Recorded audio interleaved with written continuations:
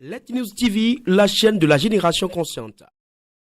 Le parti politique l'UNI, membre de la DMP, était en conférence de presse le lundi 7 août 2023 à son siège à Vaughan. L'objectif est de présenter aux professionnels des médias le contrat citoyen 2023, une nouvelle directive selon ce parti pouvant aider et permettre une cohésion sociale entre les citoyens et les hommes politiques. Suivons en toute intégralité le contenu de ce contrat citoyen. Déclaration liminaire de la présentation du contrat citoyen 2023.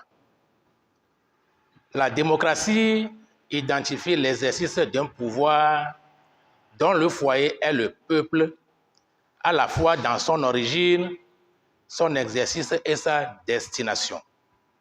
C'est pourquoi dans une démocratie, la classe politique doit dans son ensemble être la plus proche possible du citoyen.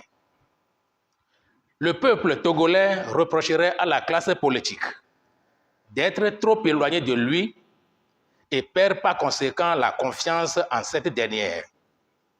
Le peu d'engouement que manifestent les populations togolaises vis-à-vis de la chose politique, la perte des valeurs citoyennes et l'inquiétude de l'avenir sont des résultantes de cette situation. Pour le parti l'UNI, il est indécent et périlleux de laisser perdurer cet état de choses marqué par le divorce et l'extrême méfiance entre la classe politique et le peuple togolais. Pour ce faire, les partis politiques doivent avoir le courage de se départir de la démagogie, d'associer davantage le citoyen à la gestion des affaires de la cité, de redéfinir un nouveau type de relation entre le citoyen et ses représentants, les élus. Ce nouveau type de relation, selon le parti l'UNI, doit être fondé sur l'honnêteté, l'esprit citoyen et surtout sur le principe que la démocratie doit avoir pour objet de donner à tous et à chacun la capacité de décider de tout. Par conséquent, le fossé qui sépare le citoyen togolais de la classe politique n'a d'autre solution que l'instauration d'une démocratie participative. Il n'y a pas de démocratie sans participation citoyenne, librement consentie, dit-on souvent. Si nombreux sont les hommes et les formations politiques qui trouvent en cette démocratie un facteur de développement socio-économique, de stabilité politique et de paix sociale, des divergences considérables existent cependant sur la manière de rendre effective et réelle la démocratie participative dans un pays donné. Le parti l'UNI trouve que la démocratie participative ne peut être instaurée qu'à partir d'un contrat citoyen qui lie chaque formation politique et chaque élu à ses électeurs. En effet, le parti l'UNI a la conviction que c'est dans la vie quotidienne que les citoyens peuvent mieux saisir le sens de la démocratie. C'est-à-dire, lorsqu'ils élaborent ensemble un projet, qu'ils se mettent en position d'assumer des responsabilités et d'élire des délégués qui les représentent dans les actions à mener. Dans le contrat citoyen que le parti l'UNI conçoit, l'élu, le représentant du peuple, doit être lié à son électorat par un contrat dans lequel, en contrepartie du suffrage des électeurs, il prend des engagements à œuvrer inéluctablement pour la résolution des problèmes de développement qui minent chaque village et chaque canton de sa circonscription électorale. Problèmes que les populations concernées auront elles-mêmes préalablement identifiés. Dans ce contrat, l'élu doit préciser clairement la méthodologie et les démarches qu'il compte adopter en vue du respect scrupuleux de ses engagements. Ce contrat, le parti l'UNI le nomme le contrat citoyen dont les signataires sont, d'une part, l'élu ou mieux le candidat du parti LENI, et d'autre part, la population représentée par les chefs de canton, les chefs de village, les grands notables, les personnes morales résidant dans le village, le canton ou la circonscription électorale, les CDQ, les CVD, les délégués des syndicats, les conseillers municipaux et autres associations. Dans le contrat citoyen, le candidat du parti LENI, à travers sa formation politique, s'engage à 1. Installer un cabinet dans sa circonscription électorale. Ce cabinet va être doté d'un secrétariat permanent auquel la population aura accès le plus aisément possible.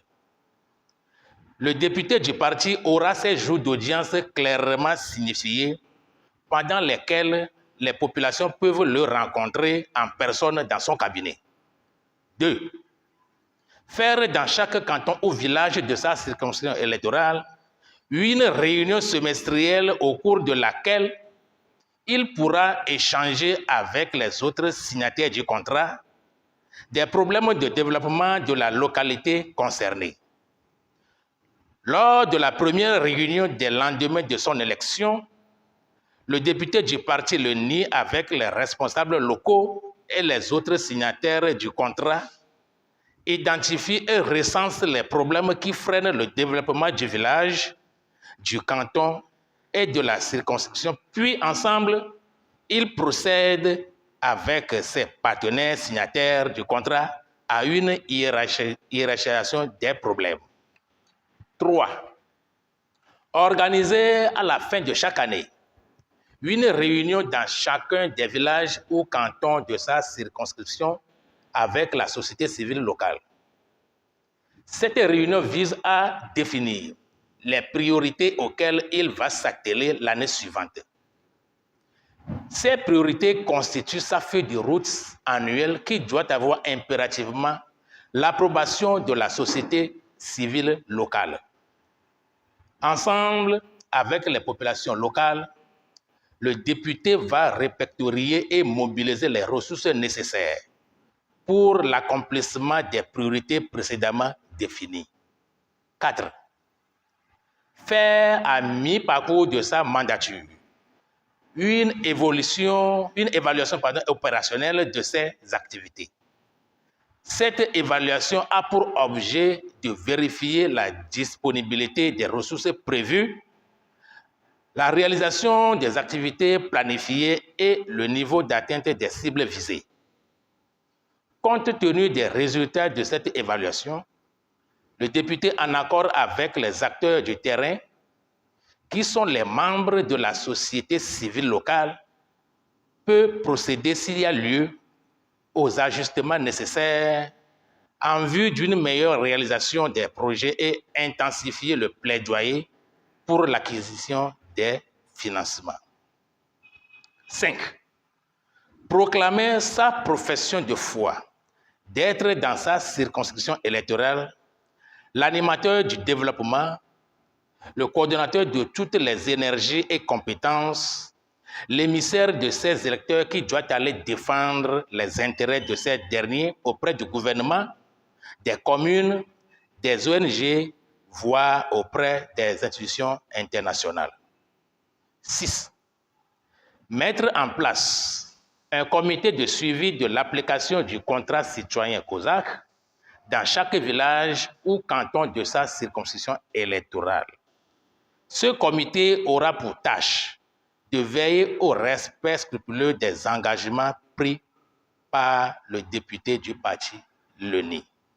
Fait à Vaughan le 7 août 2023. Pour le parti LENI, le président national Gabriel Sassouvi-Dossé-Agneron. Le président du parti, Gabriel Sassouvi-Dossé-Agneron, explique plus l'idée du contrat citoyen. Pour nous, le contrat citoyen relève d'une importance capitale.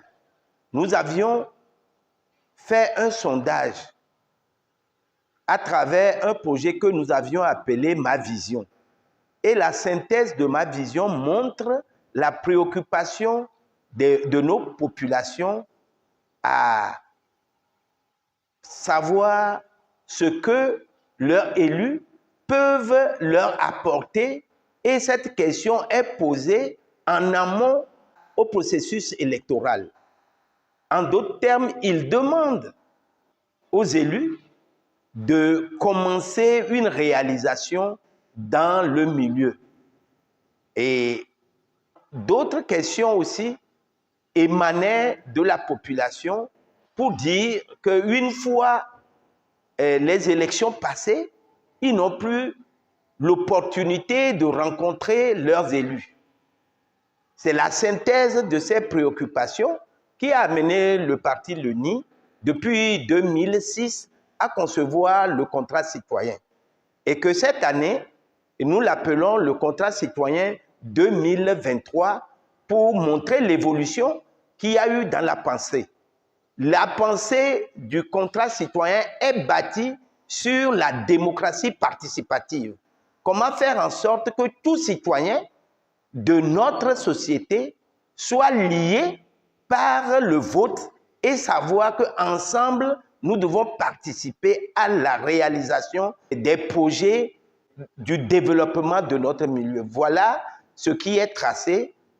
D'un côté, l'élu répond à la question de l'absence qui existe aujourd'hui entre les élus et leur circonscription électorale. Vous êtes élu, vous devez être disponible et être accessible à votre population pour répondre à leurs inquiétudes ou leur expliquer ce que vous faites en leur nom au niveau du Parlement. Voilà à peu près l'idée maîtresse qui a conduit à créer ce projet. Quant à ce qui concerne la crise qui secoue actuellement le Niger, due à un coup d'État où la CEDEAO menace d'intervenir militairement, ce parti donne son avis. Quand on parle du coup d'État, le coup d'État en tant que tel, ça veut dire qu'on a bloqué un processus. C'est ça le coup d'État. On a bloqué un processus. Mais le processus qui est bloqué, est-ce qu'il est bon?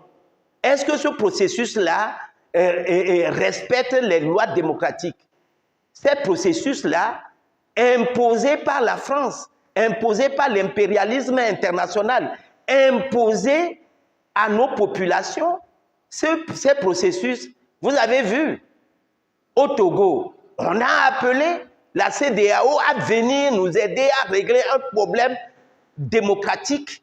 Ils n'ont pas pu. Ils sont partis, la queue entre les jambes. Mais on les a appelés en Côte d'Ivoire. Un président qui dit « je ne ferai pas un troisième mandat », qui jure, qui nomme 2 premiers ministres qui meurent. Et il se présente parce qu'il n'y a plus personne en Côte d'Ivoire pour faire un troisième mandat. Macky Sall, qui arrête son opposant et le met en prison. Mais c'est ça la démocratie. Il faut mettre fin à de telles pratiques. Je crois que c'est ça que l'armée nigérienne a compris et a mis fin à cette dérive. C'est une dérive de la démocratie. Ce n'est pas la démocratie, c'est une dérive de la démocratie. Maintenant, on doit les soutenir. Pourquoi? Mais c'est la CEDEAO qui dit que c'est une prise d'otage. Est-ce que vous êtes d'accord avec moi que la CEDEAO dit qu'on a pris le président en otage? Mais il y a eu des otages, les prises d'otages au niveau du Sahel. Mais que faisait la CEDEAO ou que faisait la France? On va négocier. Et ils avaient quelqu'un, bon négociateur, qui est Blaise Compaoré. À coup de milliards, on donne les milliards aux terroristes qui s'achètent des armes et qui viennent pour tuer encore des gens. Et on dit, on négocie. Mais on n'a pas formé une armée pour aller libérer ces otages-là. Il y a même un Togolais qui a été otage à l'époque. On a dû payer pour qu'on puisse le libérer. On n'a pas formé une armée pour aller le libérer. Parce qu'ils craignaient que si on faisait une intervention militaire, les terroristes vont zigouiller les otages. Alors, la question, donc ils ont tellement confiance à l'armée pour dire que l'armée ne sont pas des terroristes et qu'ils peuvent intervenir sans que l'armée ne tue leur otage, puisqu'ils le nomment un otage. Je dis qu'on doit soutenir ce régime-là. On ne donne pas un blanc-seing à un coup d'État, mais on demande que les gens puissent faire leurs preuves et on demande qu'on ne tue pas des populations innocentes. Let News TV, la chaîne de la génération consciente.